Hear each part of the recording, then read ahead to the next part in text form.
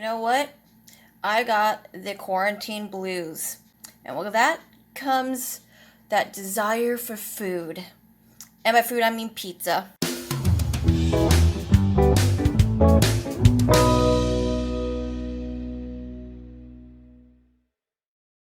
I'm thinking of one pizza that I absolutely love because they have the best dough.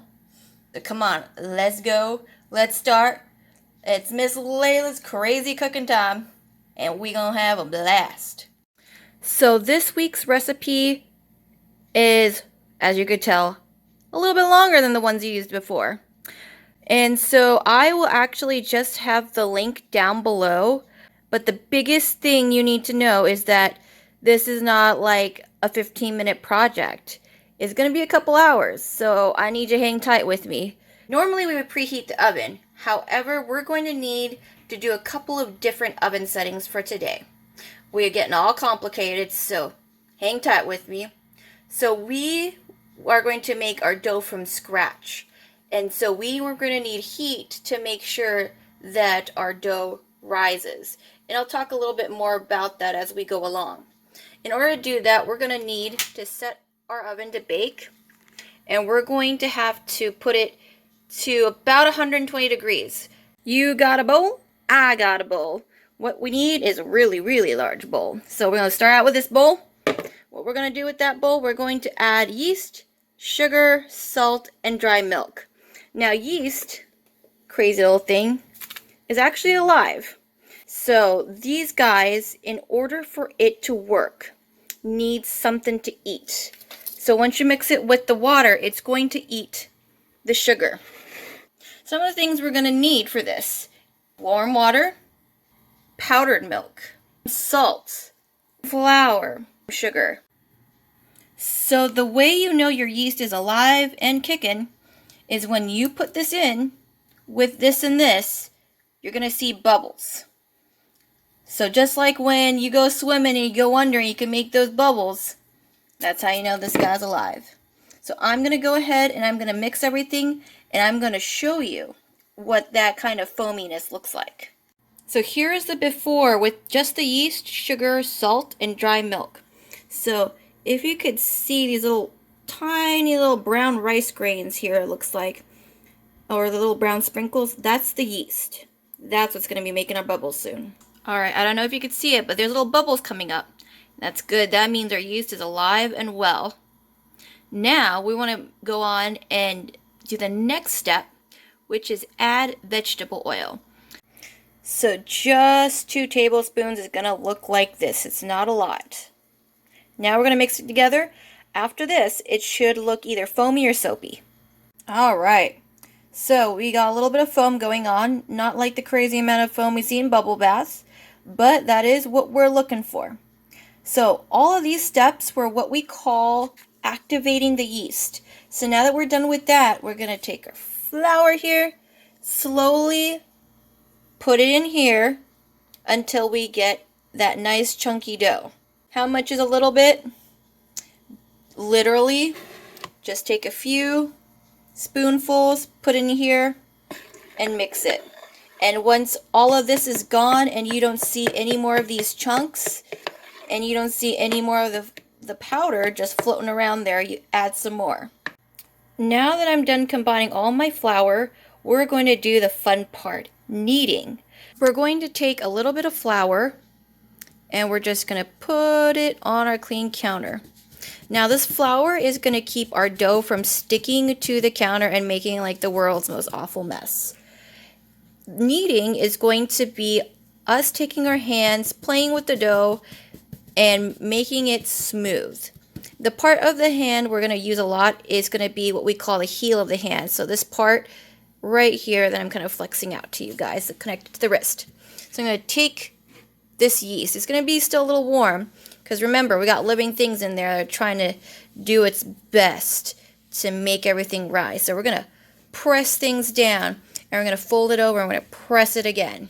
You might need to keep putting more flour down, as the dough is still probably going to absorb a little bit. However, since we put in all of our cups of flour, it's probably not going to absorb that much.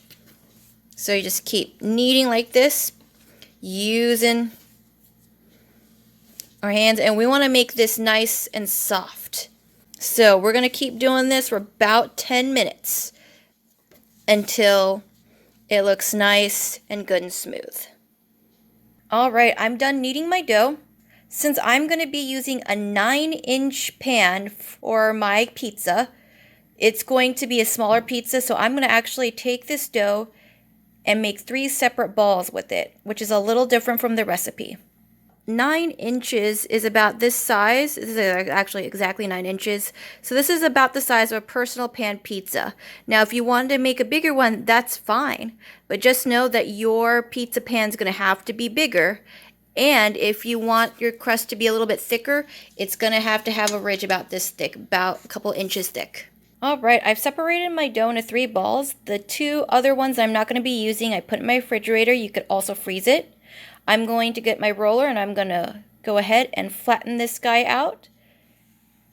I also am going to put my vegetable oil in here. Now just don't leave it like that. We're going to spread it around so it's coated evenly. Now you could definitely use a little less vegetable oil, or you could just use a cooking spray so that it remains non-stick for those that are trying to be a little healthier.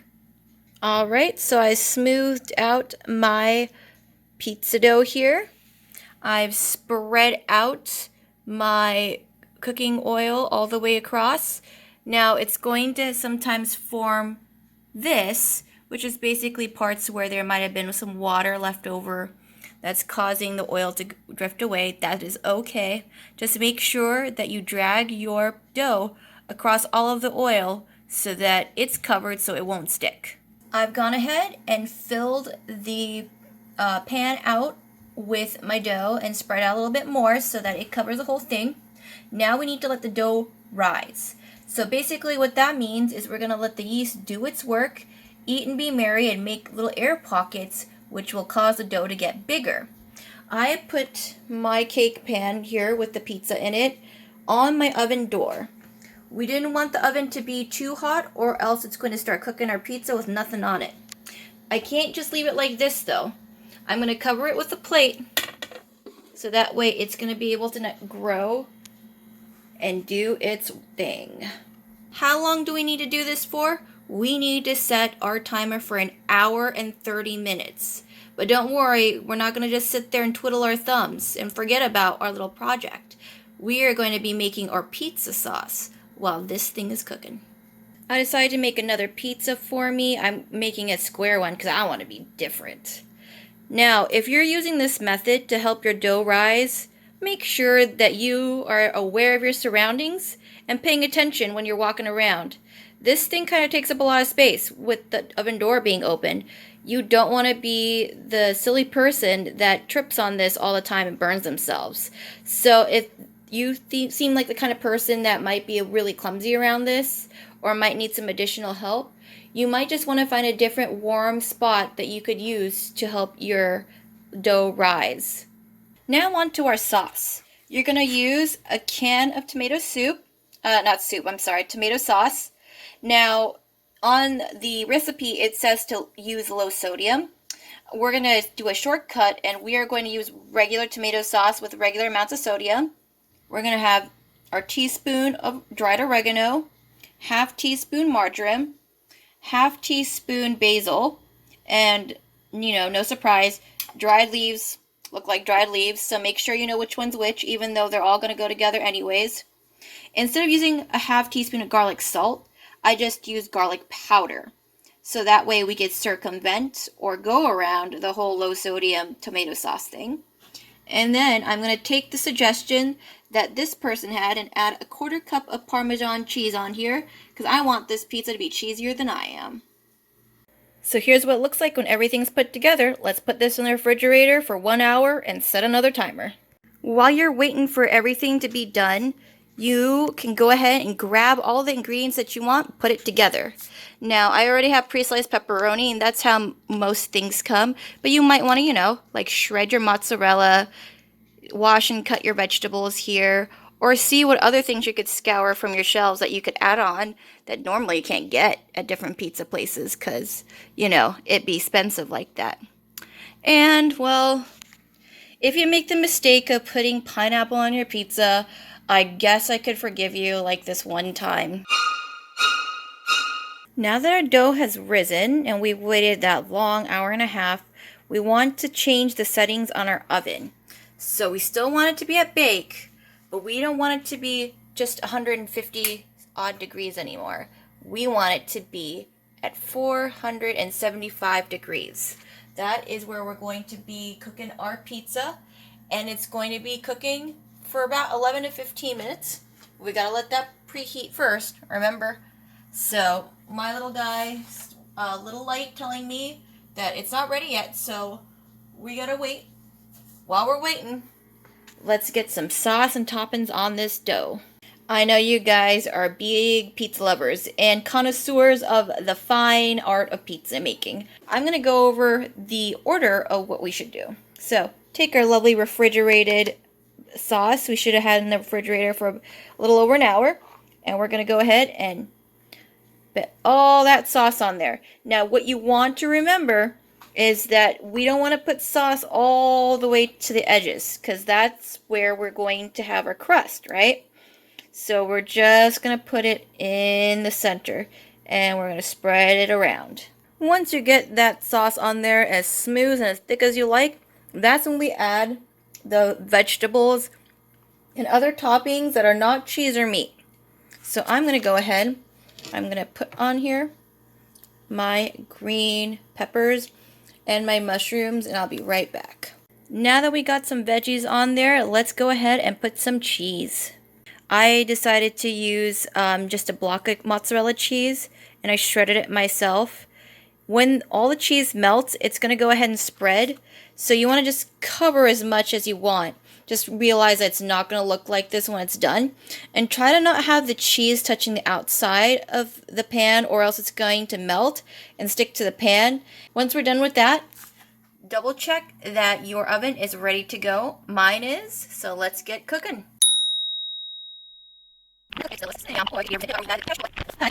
I'm wondering if you guys are just like me and were yelling at the screen when I told you guys to just start cooking your pizzas without putting the most important part on the pizza, the meat. So on mine, I have pepperoni, of course, and some prosciutto, which is just some fancy ham.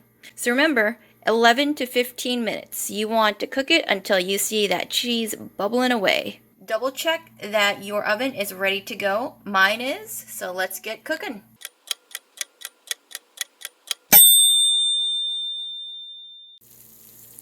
It may have looked like a big huge hunk of mess before, but now our pizza is done out of the oven and it is so delicious looking. We still want to let this sit for about 10 minutes. Because this just came out of a 475 degree oven. It's going to be piping, burning hot. And this cheese is like lava. It's going to burn. It's going to hurt so badly. Alright, I left the pizza out to cool down for 10 minutes. I have gone ahead and cut my pizza up. So let's go ahead, get that little look at it. Wow, look at that. Look at that monstrosity. That's good. I